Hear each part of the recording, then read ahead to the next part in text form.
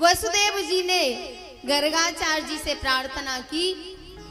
बोले गर्गाचार्य जी आप जाके और नंदजू के महल में उन दोनों बालकों का नामकरण संस्कार कर दो। उन्होंने कहा यदि मैं गया तो कंस को पता नहीं चल जाएगा कि ये बालक आपके ही हैं। वसुदेव जी ने कहा आप चुपचाप जाओ, किसी को बताना मत। बोले ठीक है। गर्गाचार्य जी गए। नंद बाबा ने भी प्रार्थना की। कुरु द्विजाति संस्कारं स्वस्ति वाचन पूर्वकम्। गुरुदेव आप स्वस्ति वाचन करके बालकों का नामकरण संस्कार कर दो, हम कोई उत्सव नहीं करेंगे, क्योंकि यदि उत्सव किया तो कंस को कहीं न कहीं से पता चल जाएगा। बोले ठीक है। रोहिणी और यशोदा मैया दोनों बालकों को लेके आ रही थी गौशाला में। रोहिणी ने कहा यशोदा देखते हैं कि बाबा कुछ जानते हैं या नहीं, चलो इन दोनों बच्चों का अदला बदला कर लेते हैं। तो रोहिणी के जो बालक थे उसको तो यशोदा ने ले लिया और यशोदा के बालक को रोहिणी ने ले लिया। बाबा के पास पहुंचे और कहा बाबा इनका नामकरण संस्कार कर दो। जो यशोदा की गोद में लाला थे ना, उनके लिए गर्गाचार्य जी ने कहा अयम ही रोहिणी पुत्रो रमयन् सुहृदो गुणे आख्यास्यते राम इति बलादिक्यात् बलं विदुः। ये जो यशोदा की गोद में है ना, ये रोहिणी के लाला हैं और इनका नाम है रोहिणेय, और ये सबके प्यारे होंगे इसलिए इनका नाम है राम। और बल की अधिकता के कारण लोग इनसे बलराम भी कहेंगे। और जो रोहिणी की गोद में बालक हैं उसके लिए गर्गाचार्य जी ने कहा बहूनि सन्ति नामानि रूपाणि च सुतस्य ते गुणकर्मानुरूपाणि तान्यं वेदनो जनः। बोले इनके अनेकों रूप होंगे, अनेकों नाम होंगे और लीलाओं के अनुसार इनके नाम रखे जाएंगे। जब ये अनेकानेक लीलाएं करेंगे तो लोग उसी लीला के अनुसार इनको नाम दे देंगे, उस नाम से पुकारा करेंगे। और भैया दोनों का नामकरण संस्कार किया। और ये जो गर्गाचार्य जी है ना, ये स्वयं पाकी हैं, अपने हाथों से भोजन बनाते हैं और पाते हैं। यशोदा मैया ने खीर का सामान दे दिया गर्गाचार्य जी को और कहा कि अपने आप प्रसाद बना लो और भोग लगा के स्वयं पालो। बोले ठीक है। गर्गाचार्य जी ने खीर बनाई, थाली में ठंडी की और हाथ जोड़ के भगवान की याद करने लगे, भोग लगाने लगे।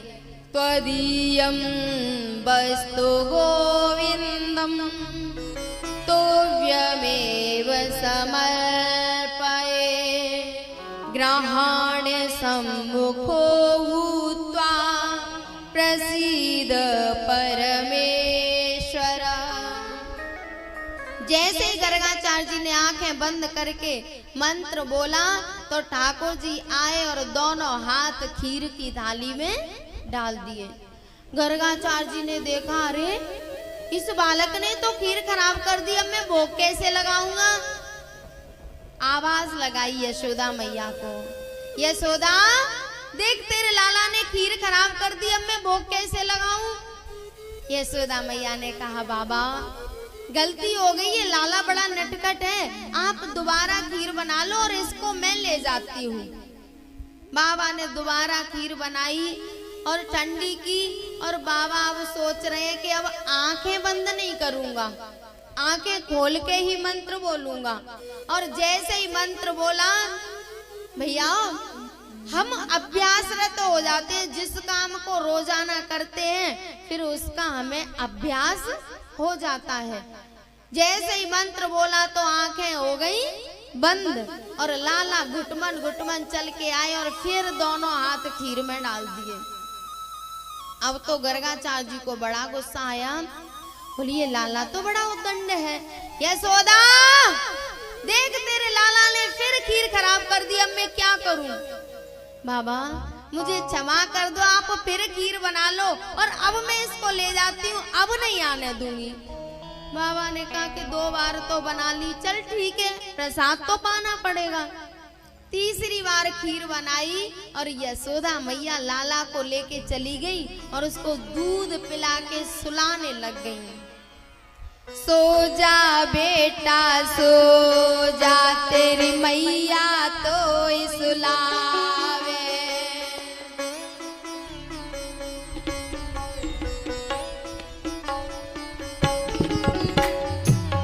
सो जा कनुआ सो जा, तेरी मैया तो सुलावे। सो जा कनुआ सो जा, तेरी मैया तो ही सुलावे। सो जा लाला सो जा, तेरी मैया तो ही सुलावे। माँ सो जा, तेरी मैया तो ही सुलावे।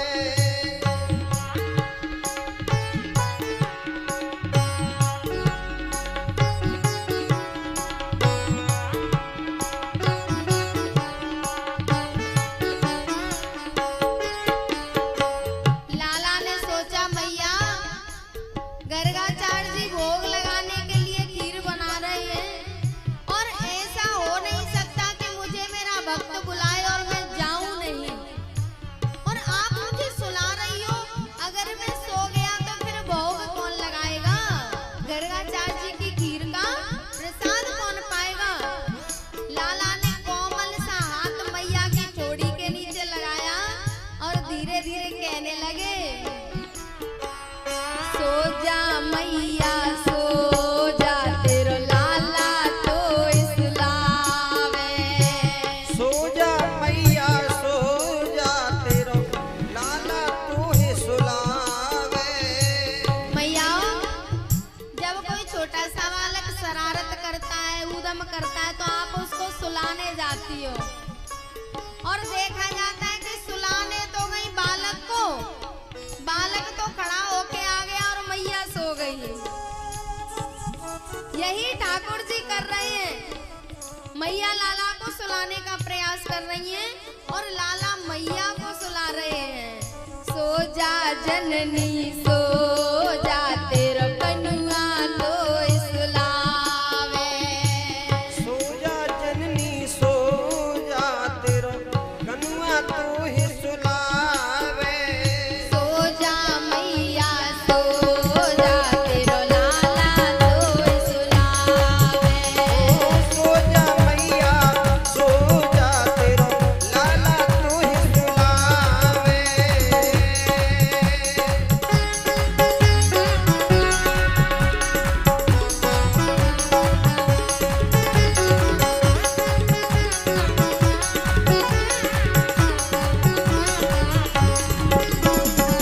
सो जा मैया सो जा, तेरो लाला तू ही सुलावे।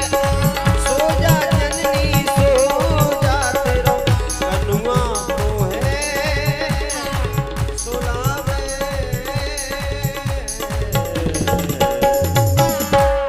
जैसे ही लाला ने कोमल सा हाथ लगाया और मैया से प्रार्थना की तो मैया सो गई।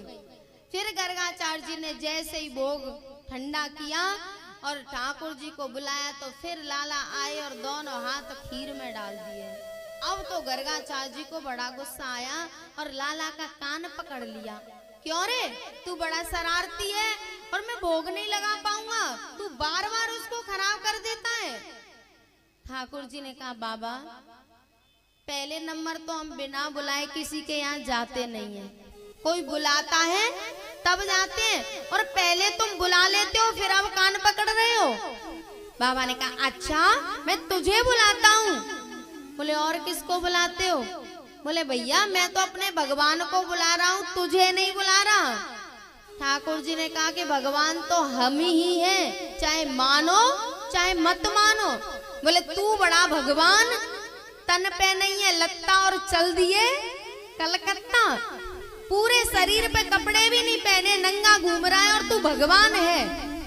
ठाकुर जी ने कहा चाहे मानो चाहे मत मानो भगवान तो मैं ही हूँ। बोले अच्छा तो अपने स्वरूप के दर्शन करा। जैसे ही गर्गाचार्य जी ने कहा तो भगवान विराट रूप में खड़े हो गए। अब तो गर्गाचार्य जी की आंखें फटी की फटी रह गई। प्रार्थना करने लगे प्रभु आप जैसे थे वैसे ही बन जाओ जल्दी। ठाकुर जी छोटे से बन गए।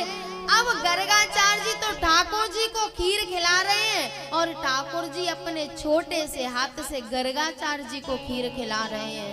दोनों प्रेम में डूबे हुए हैं। इधर यशोदा मैया की आंखें खुली। यशोदा मैया ने देखा कि लाला बिस्तर पर नहीं है। सोचने लगी कि अब गर्गाचार्य जी पक्का साफ देंगे, अब नहीं मानेंगे। मैया गई तो सीधी गौशाला में नहीं गई, एक झरोके से झांक के देखने लगी कि देखूं तो सही। देखा तो दोनों एक दूसरे में खोए हुए हैं, एक दूसरे को प्रसाद पवा रहे हैं। भैया भगवान की लीलाओं का पता नहीं चलता है। और जो नारद जी ने कहा था ना व्यास जी से, धर्म स्वनिष्ठतः पुंसां विश्वक्सेन कथासु यः नोत्पादयति रतिं श्रम एव हि केवलम्। अगर हम धर्म का सही से अनुष्ठान कर रहे हैं, पूरा पालन कर रहे हैं और फिर भी भगवान के चरणों में प्रेम नहीं हुआ तो वो केवल परिश्रम मात्र था, फिर वो धर्म नहीं था। प्यारे धर्म के अनुष्ठान का फल है कि भगवान की लीलाओं में प्रेम हो जाए, भगवान के चरणों में प्रेम हो जाए। और आज गर्गाचार्य जी का जो धर्म साधना जप तप था उसका फल उनको मिल गया। यशोदा मैया ने देखा कि ये बाबा को क्या हो गया। और भैया गर्गाचार्य जी भगवान को प्रणाम करके और बड़े कृतज्ञ हुए और वहां से चले गए।